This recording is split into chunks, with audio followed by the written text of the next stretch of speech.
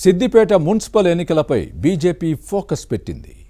ఇటీవల పాలకవర్గం పదవీకాలం ముగియడంతో త్వరలో ఎలక్షన్లు జరిగే అవకాశం ఉంది. దీంతో చైర్మన్ పీఠం కైవసం చేసుకోవాలని వ్యూహరచన చేస్తోంది. సిద్దిపేట బల్దియా ఎన్నికల్లో కమలనాథుల ప్రణాళికలేంటి? బలమైన అభ్యర్థుల్ని ఎంపిక చేసి కాంగ్రెస్ బీఆర్ఎస్ను దెబ్బకొట్టేందుకు ఎంచుకున్న అస్త్రాలేంటి? Was the story.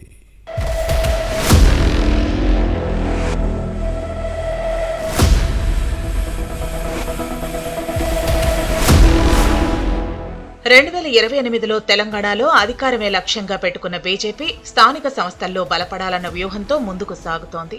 MPTC, ZPTC ఎన్నికలతో పాటు మిగిలి ఉన్న మున్సిపాలిటీలు, నగర పాలక సంస్థల్లో బాగా వేయాలని ప్రణాళికలు రచిస్తోంది.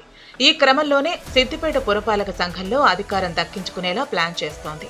ఇక్కడి పాలకవర్గం గడువు ఈ నెల 7తో ముగిసింది. త్వరలో ఎన్నికలు జరిగే అవకాశం ఉండటంతో సిద్దిపేటపై ఫోకస్ పెంచింది. అధికార కాంగ్రెస్, ప్రతిపక్ష బీఆర్ఎస్ కు గట్టి పోటీ ఇచ్చే బలమైన అభ్యర్థుల కోసం అన్వేషిస్తోంది. ఈ రెండు పార్టీలను టార్గెట్ చేస్తూ బల్దియాలో బలోపేతం కావాలని కమలనాథులు వ్యూహరచన చేస్తున్నారు. ఇరు పార్టీలను ఇరుకున పెట్టాలని తీసుకున్న నిర్ణయాన్ని అమలు చేసేందుకు కాషాయ పార్టీ సిద్ధమవుతోంది.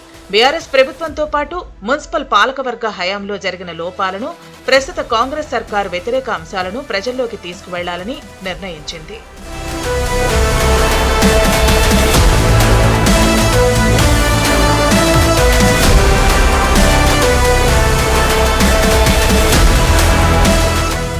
సిద్దిపేట పురపాలక సంఘంలో పాగా వేయాలన్న వ్యూహంతో ముందుకెళుతున్న బీజేపీ అన్ని స్థాయిల్లో పార్టీ కమిటీలను పటిష్టం చేస్తోంది.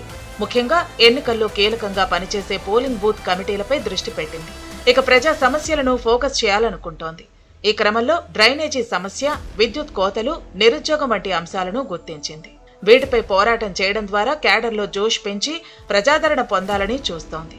సిద్దిపేట మున్సిపల్ చైర్మన్ పీఠాన్ని దక్కించుకుంటే వచ్చే అసెంబ్లీ ఎన్నికల్లో బీజేపీకి ఢోకా ఉండదని భావిస్తోంది.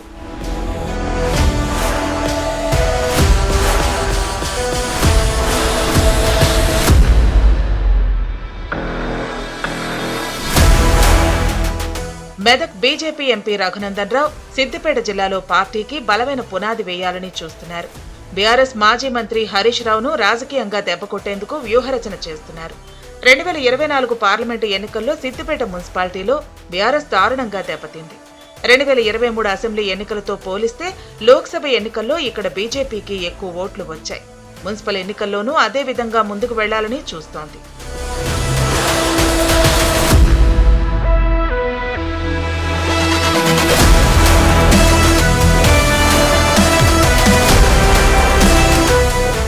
మరోవైపు పంచాయతీరాజ్ సంస్థల ఎన్నికలపై కమలదళం దృష్టి పెట్టింది. ఎంపీటీసీలు, జెడ్పీటీసీల్లో ఎక్కువ స్థానాలను గెలుచుకుంటే అసెంబ్లీ ఎన్నికలకు అనుకూలంగా ఉంటుందని పార్టీ భావిస్తోంది. 5 రాష్ట్రాల ఎన్నికల ఫలితాల్లో పశ్చిమ బెంగాల్లో అధికారం చేజిక్కించుకున్న బీజేపీ అసోంలో 3వ సారి గెలిచి హ్యాట్రిక్ సాధించింది. పుదుచ్చేరి ఎన్డీఏ కూటమిలో బీజేపీ భాగస్వామ్య పక్షం ఎక్కువ రాష్ట్రాల్లో పార్టీ అధికారంలో ఉంది. కేంద్రంలో పాలన చేస్తోంది. దీంతో తెలంగాణలోనే డబుల్ ఇంజిన్ సర్కార్ ఉంటే మరింత అభివృద్ధి చెందుతుందన్న అంశాన్ని ప్రజల్లోకి తీసుకువెళ్లి రాష్ట్రంలో అధికారంలోకి రావాలని చూస్తోంది. ఏం జరుగుతుందో చూడాలి.